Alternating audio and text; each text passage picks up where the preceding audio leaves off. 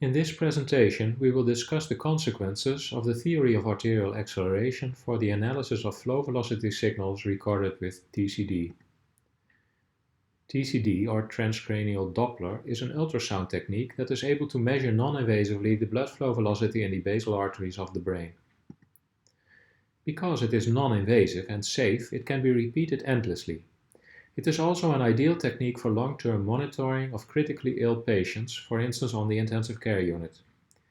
The interpretation of the TCD signal has become more straightforward after the introduction of new parameters and of a method for age correction, named Z-scores. With help of the European community, Neuromon BV has acquired a special setup combining a TCD apparatus with an apparatus for continuously recording arterial blood pressure, also non-invasively, and an apparatus for capnography. Many studies in patients and controls have been executed with this setup.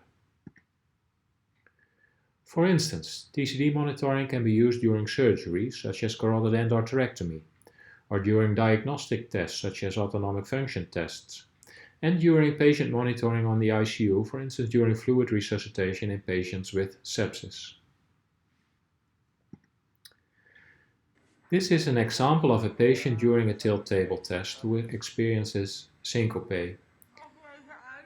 The video recording starts just at the moment while the patient is tilted back to horizontal position. On top we have 4 channels of EEG, an ECG, 1 or 2 TCD signals for right and left middle cerebral artery, a non-invasive recording of arterial blood pressure, and sympathetic skin responses of the hand and foot. The patient gave permission to use this video for educational purposes. In this recording, the patient experiences syncope with a 40 seconds asystole during which she loses consciousness with an isoelectric EEG. She is tilted back to a supine position. When the heart rhythm returns, the flow velocity in both middle cerebral arteries gradually builds up, and after some time she regains consciousness with a return of EEG activity. Here we can see the summary of a 1.5-hour recording, during which the subject performed different tests with at the end the tilt table test. Recording all these signals together makes it possible to perform a detailed analysis of the processes leading up to syncope. Here we can see a drop in blood pressure that occurs slightly earlier than the decrease in heart frequency and in middle cerebral artery flow velocity. Another example is carotid endarterectomy. During this type of surgery, one of the major blood vessels to the brain needs to be cross-clamped in order to allow the surgeon to remove atherosclerotic plaque from the carotid artery. The hemodynamic status of the brain during cross-clamping can be monitored by combining TCD with EEG while the patient is in the operating room. Here we see an example with a video connection to the operating room, a 19-channel EEG recording, an ECG recording and a TCD recording of both middle cerebral arteries, the ipsilateral and contralateral side to the site of surgery. Again, an overview can be made of the high-resolution recording during surgery. In this graph, the arterial blood pressure is shown in red, the ipsilateral middle cerebral artery flow velocity of the left side in pink, the contralateral middle cerebral artery flow velocity in green, and the heart rate in blue. The period of clamping is clearly visible in this graph with a drop in flow velocity starting at about 14 hours 28 and ending at about 15 hours 13. The dots indicate the decibels of embolic signals recorded in the ipsilateral MCA. No embolic signals were recorded during the period of cross-clamping. For the interpretation of TCD, it is important that we take a patient's age into account. It has long been known that middle cerebral artery flow velocity gradually declines with age. Akkerstaff et al. Found a decrease of 0.41 to 0.45 centimeters per second per year for the mean middle cerebral artery flow velocity. Based upon the theory of arterial acceleration, new parameters were introduced for the TCD signal. The acceleration, or the amount of centimeters per second increase per second at stroke onset, the SIS1 or first systolic peak, relating to arterial acceleration, The CIS2 or second systolic peak, relating to the proportion of the stroke volume forced into the cerebral circulation, and the diastolic flow velocity at 560 milliseconds after stroke onset. And this was chosen at a fixed time to make it independent of heart rate. These new parameters have also been shown to decrease linearly with age. CIS1 decreases slightly more rapid than CIS2 and more than diastolic at 560.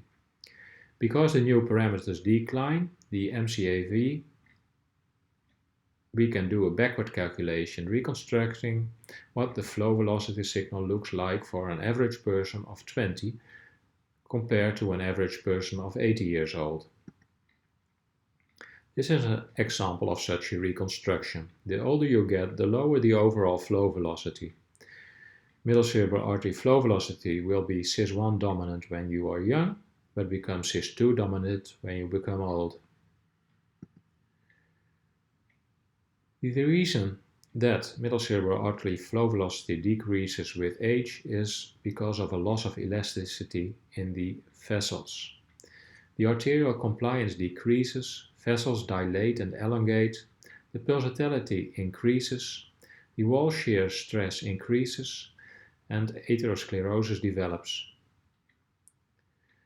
Wider arteries conducting a similar amount of blood flow will have a lower flow velocity. Another way to graph the changes of the arterial system during aging is shown here. This is the relation between volume and pressure. In the young, more volume can be stored in the arteries at a given rise in pressure than when you are old. In the elderly, vessels are already dilated, and a small increase in volume will give rise to a steep increase in pressure. The Windkessel phenomenon of the arteries decreases.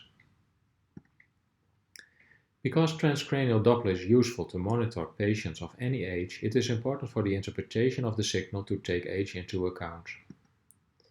In 2018, we have suggested to do this by calculating Z-scores. A Z-score expresses how many standard deviations a given measurement lies below or above the value expected for that age.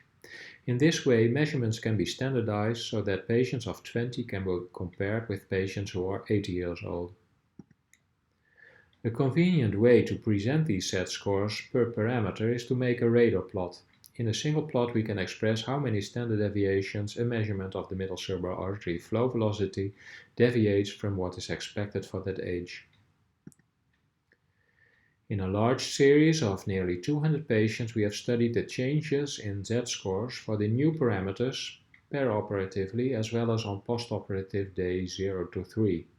This study made it possible to define what the mean is of postoperative change, which is the thick blue line, as well as the spread, plus or minus 2 standard deviations indicated by the thin blue lines.